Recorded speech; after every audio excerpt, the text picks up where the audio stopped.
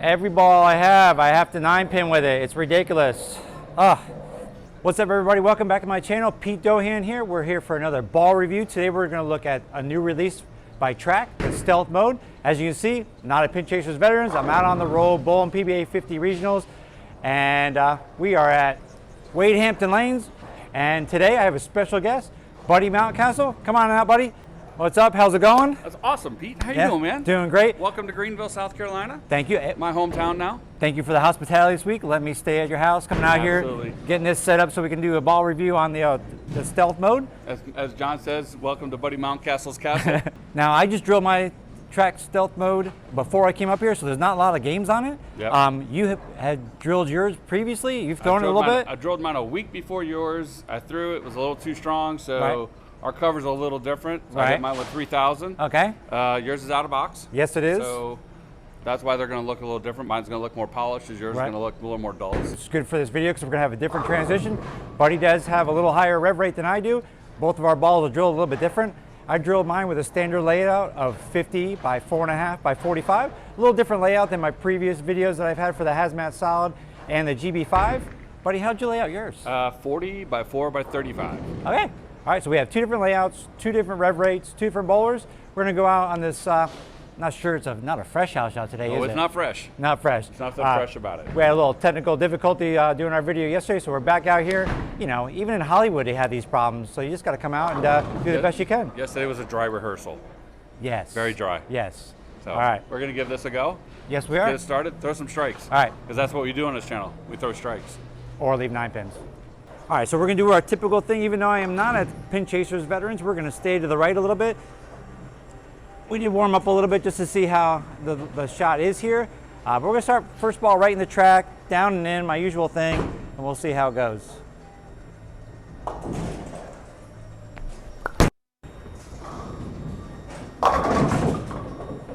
And we have a little bit of carry down. So these are oil probably from yesterday, have a lot of games on them. So that one was a little bit firm, but I just want to test out the waters to see how this ball kind of reacts when this transition and house shot. Let's try not to throw it. Oh, let's get some bends. Let's try not to throw it so hard this time. Go a little softer, but I am going to move a little more left. There's a little bit of carry down. I want to give you guys a sight of how the ball shapes. It's not going to be a big change of direction. It is going to be a little bit smoother from this strong symmetrical piece.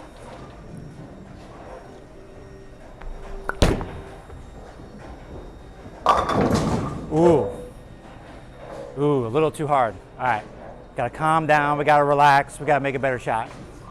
All right, one more time, a little more relaxed, a little slower, and then we'll bring Buddy out here so we can see how his ball reacts on this house shot.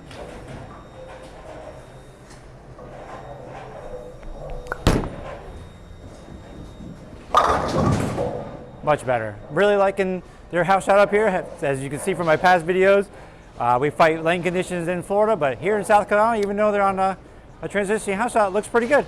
All right, let's bring Buddy out and see how his ball reacts compared to mine. All right, you've seen Pete throw the ball. Yes, he has a little less rev rate than me. I'm gonna play in the same zone that he was at. As you see, my ball's a little shinier. When it was out of box, for me, it was a little too early, a little too strong. So I put this on ball spinner. We got it to 3,000. So it's got a nice sheen. It's not polished, but looks that way.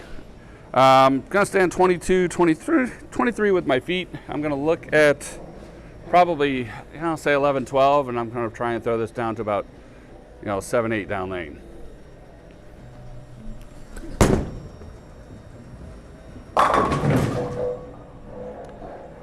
At first, when I threw this ball, when it was strong out of the box, I did not have that reaction. It was a little too early, a little too strong. Now that I've got this thing for me in my game, by putting it at 3,000, I'm able to play pretty direct with it. Goes through the pins pretty nice too, so we're gonna see if we can repeat that execution. Stand here on 23, look at 12.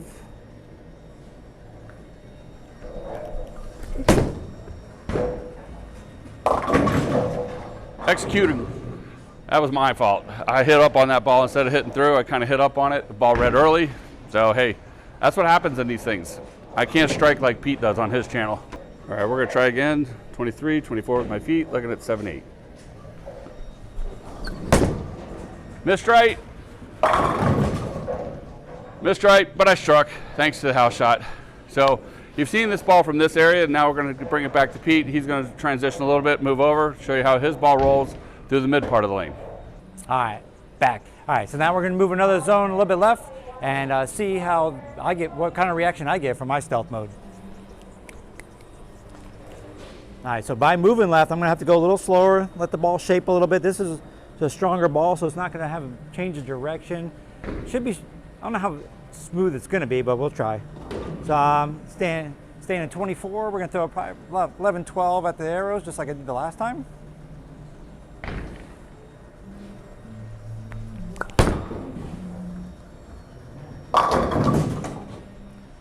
As you see, with the more left to right, it is going to be a rounder. It's a lot smoother. So it's probably not a ball that I'm going to use when the lanes are transitioning and I have to move left to right, but we're going to showcase it today so you can make a decision for yourself whether you want to add this ball to your arsenal. All right, we're going to do that one more time. Stand 24. We're going to move up a little bit, try to go a little slower, try to come around it a little bit more so it does shape down lane.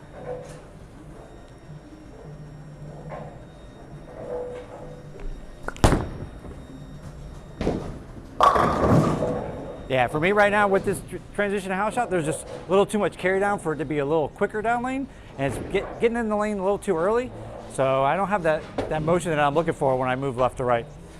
I am enjoying how smooth this ball is though. It's very predictable. I don't have to worry about it wiggling down lane with some of the other balls we have with the pearls or the other hybrids that have compound on them. All right, let's go a little straighter this time. Stay in the same spot, 24. 12 or 13, see if I can get it up to the pocket.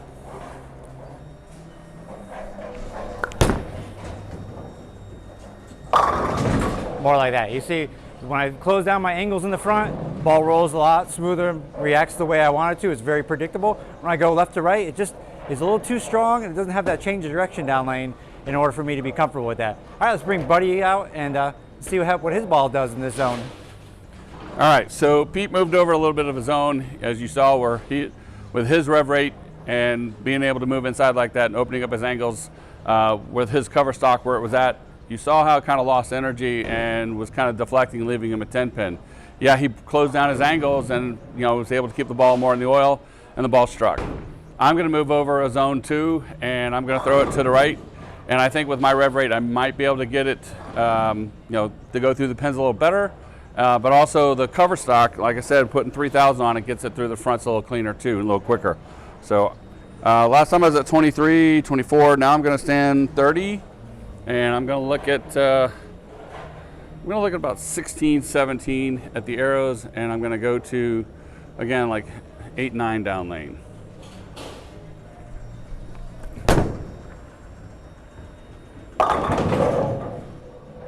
A little slow on that one. I kind of missed a little too far right, so the ball kind of jumped a little stronger. But you saw that I had a little more rev on the back of it, so the ball did change directions pretty nice. Now let's see if I can get the ball to go through the pins better. Stand 30. I'm looking at about 16, 17, and trying to hit 8, 9 down lane.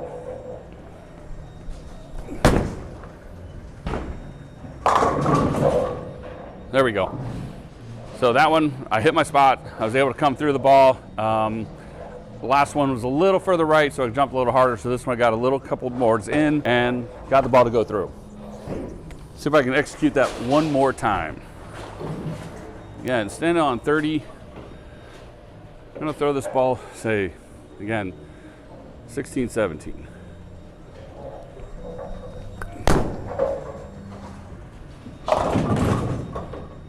All right, so I missed in, and by missing in, I caught the oil. Ball never even saw it. I had to get the ball to the friction. If I don't get the ball to the friction, it's not going to change over.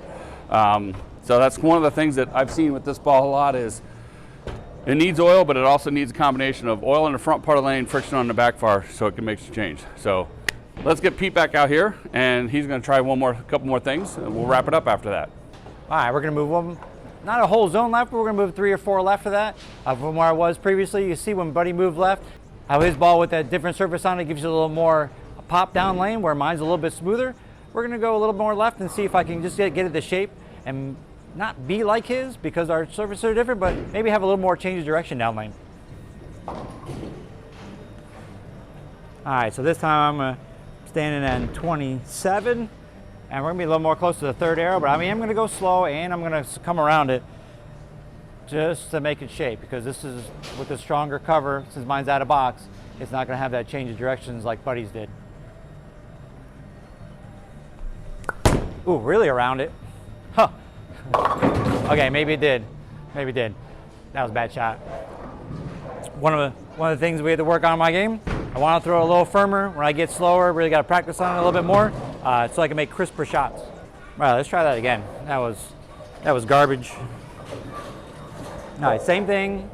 That ball actually hooked a lot more than I was expecting. So let's try to make a better shot. A little too much around it.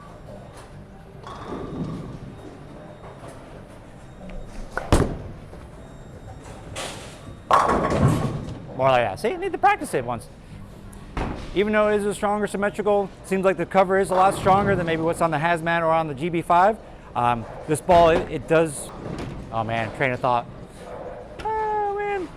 I was having a senior moment. What I wanted to say, as you can see with this ball, even though it is a stronger symmetrical and maybe the cover's a little bit stronger, it really works well with changing the surfaces on it. So it's a ball that will be a little bit more versatile in your bag, where maybe some of the other solids might not be as versatile, where if you add surface, they get too early, and if you have too less of surface, they're too sharp. So I think it has be a very versatile ball in your bag. All right, let's throw one more shot, and we'll bring Buddy back out. See if I can throw it just like that last one. Nice within my game, slower, and have the ball shape. Still.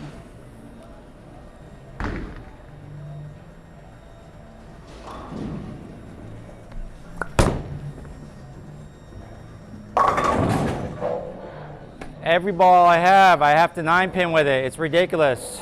Ugh.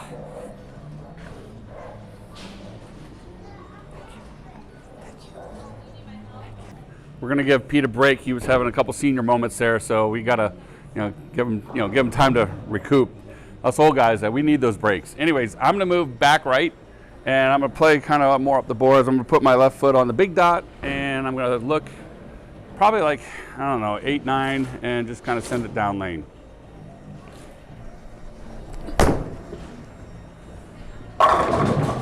There we go. Down and in. Try and be like some of our other friends here that do this for a living. I don't do that very well. As you saw, I fell off the shot. I'm gonna try that one more time, try and be a little more stable. Left foot on the big dot.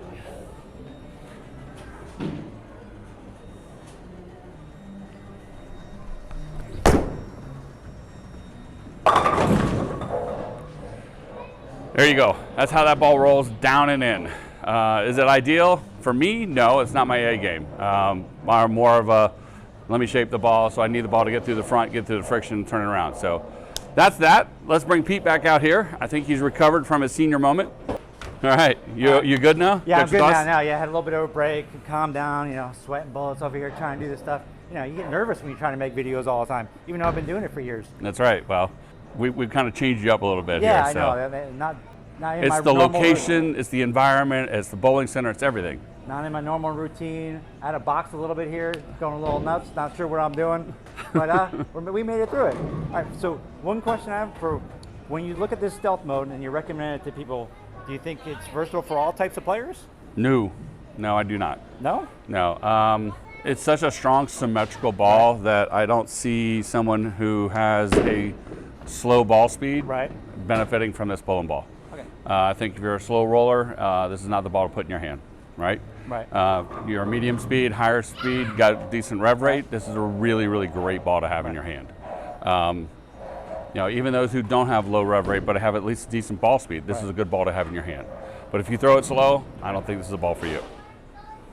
Just my opinion, right? But layouts also have an impact too. Right. How about versatility of the cover? So versatility of the cover, I found I wouldn't open up the lane with this. Right. I would be more, right of third arrow predominantly with this. I'm not going to open up and move left and swing the lane with it, but in medium to oil conditions, I'm going to use this ball for sure. More straighter, more direct. Right. More some situation where I'm trying to play more down and in and kind of open up my angles a little bit, but I'm not going to open up and swing the lane with it. And piggyback what he just said, where I would see myself using this stealth mode will be on longer patterns, where I could, on the fresh, where I could play a lot straighter angles. From you see from my shots, the more I get a little bit left to right, even with my rev rate category, it makes the ball a little bit erratic. It'll make it early sometimes, make it too strong on the back end if it creates too much angle. So the patterns, or even house shots, if you have within my rev rate, if you could play a little bit straighter, I think it would fit very well, but it all depends on the bowler. No, absolutely. It's always, every bowler's different. I guarantee you there's a guy going to be out there who's going to say, I can swing the lane with it. Absolutely, sure you can. You know, if you're also 30 years younger and you've got 300 more revs than me, Right. you're going to swing the lane. Yes. But on the average, most people aren't going to be seeing that ball do that. All right, guys, that's my ball review on the new track stealth mode. Came out February 20th. Make sure you do that thing, man. Hit that subscribe button. Oh, shameless plug. Oh, wait. Oh, wait. I have a YouTube channel too. It's called Bowling with Buddy. You have a YouTube channel? I do. I don't have a lot of subscribers, but No, this guy's pushing close to 1,000. Come on, guys, get out there. Go visit his channel. Hit that subscribe button. Let's get him to 1,000 as well so he can get monetized. Let's do this thing, man. All right, that's all for today. Appreciate you. see ya.